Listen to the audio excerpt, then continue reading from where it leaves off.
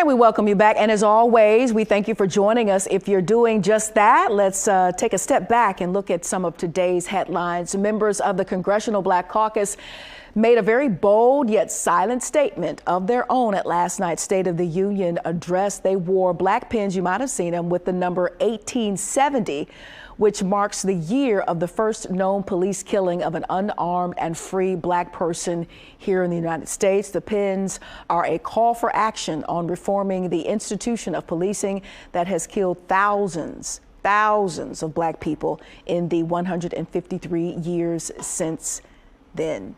All right, to Memphis now, where the mayor has announced that several agencies not connected to the Memphis Police Department will conduct their own independent reviews of the crime and the department. One of those agencies being the Department of Justice's Office of Community-Oriented Policing Services.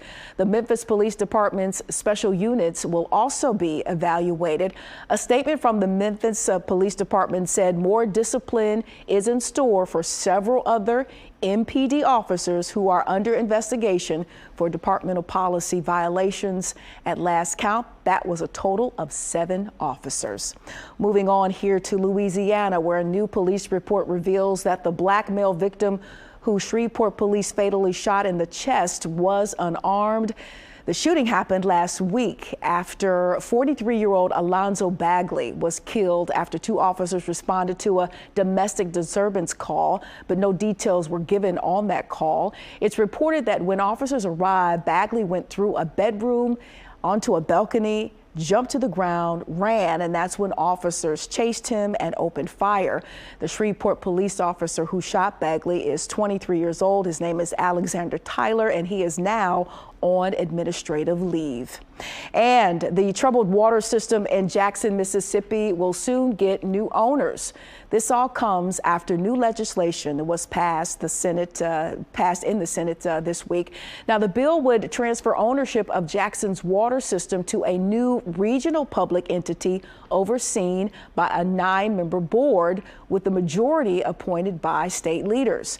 The water crisis has caused repeated outages in which many of the city's 150,000 residents have gone days and weeks without water to drink, cook, bathe, or even flush toilets. We'll keep on top of this story for you. Nicordelai, back to you. Thanks, Courtney. Now in HBCU headlines, members of the Muslim community near Shaw University in Raleigh, North Carolina, recently held a 3rd protest calling on the HBCU to reopen a campus mosque to the public that the administration closed at the start of the COVID-19 pandemic. Now, before the pandemic, Shaw permitted the public to use the King Khalid Mosque for prayer and Sunday school.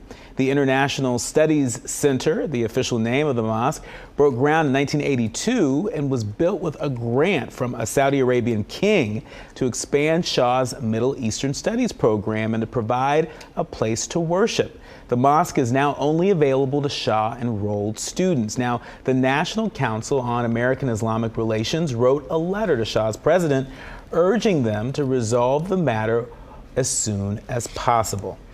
And a new Pew Research study has found more black Americans are turning to spirituality and African traditions over organized religion. Traditionally, black Americans are the most religious group in the country.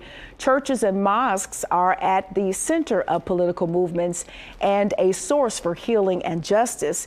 In one decade, 11% fewer black people consider themselves Christians and 7% more claim to be unaffiliated with any religion. I think this is a big conversation, especially for our culture. Are you surprised? I am not surprised. I know for me, I consider myself a Christian, and I like to think I'm more spiritual than religious, because I think, you know, when you talk about religion, it's subjected to all the doctrine and do this and don't do that. Where I feel spirituality leads more to a personal relationship with that higher power that you believe in, and so that's where I'm at. But fundamentally, I am a Christian. I was born and raised Episcopalian. They're like kissing cousins to the Catholics, but my belief system, if you will, has evolved and expanded into my personal relationship with all the entities that I believe in, which would be God, Jesus, and the Holy Spirit. Yeah. I mean, and I totally understand. For me, I don't see them as mutually exclusive, right? You know, for those of us that are Christian, you know, I think if you're really sort of tapping into something like way bigger than yourself, we're talking about Christ consciousness, right? Which transcends any religion. Right. You know, similar to you know Buddha consciousness or you know other belief systems out there. I think that's really one of the big takeaways, at least for me, from this story, is that you know the next generation of folks are really tapped into belief of something bigger than themselves, as opposed to belief that is simply wedded to a particular religious doctrine. Organized religion. And I don't think that's a bad thing. I don't either. You know, and as long as folks are connected to something bigger than themselves and feel a sense of responsibility, right? You know, we're in this together. But I know what's for me, and if what's for me is different from you, I'm not going to put you down because of that.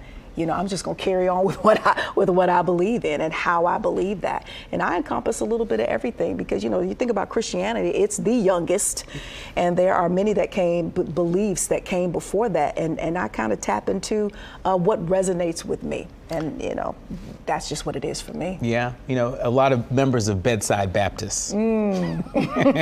Especially. Well, Bedside Baptist membership grew during that pandemic. Sure Everybody was a part of Bedside Baptist. It sure did. But now that we're back to church, a lot of pastors and leaders are saying people aren't coming back.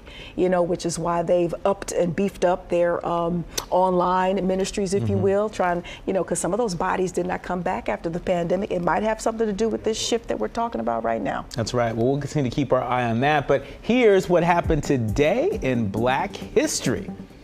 That's right. On this day in 1944, Harry S. McAlpin was the first African-American journalist admitted to a White House press conference. Imagine that.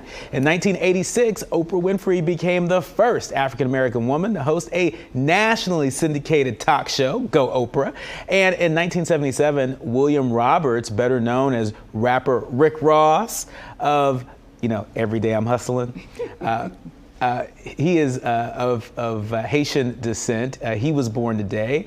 These are just a few moments that happen on this day in Black history.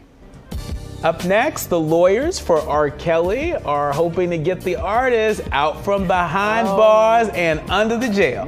Well, okay, we'll tell you a little bit about their strategy. Plus, a well-known Atlanta club owner is gunned down. Just a horrible story. We'll have that and more when we return. You're watching Fox Soul's Black Report.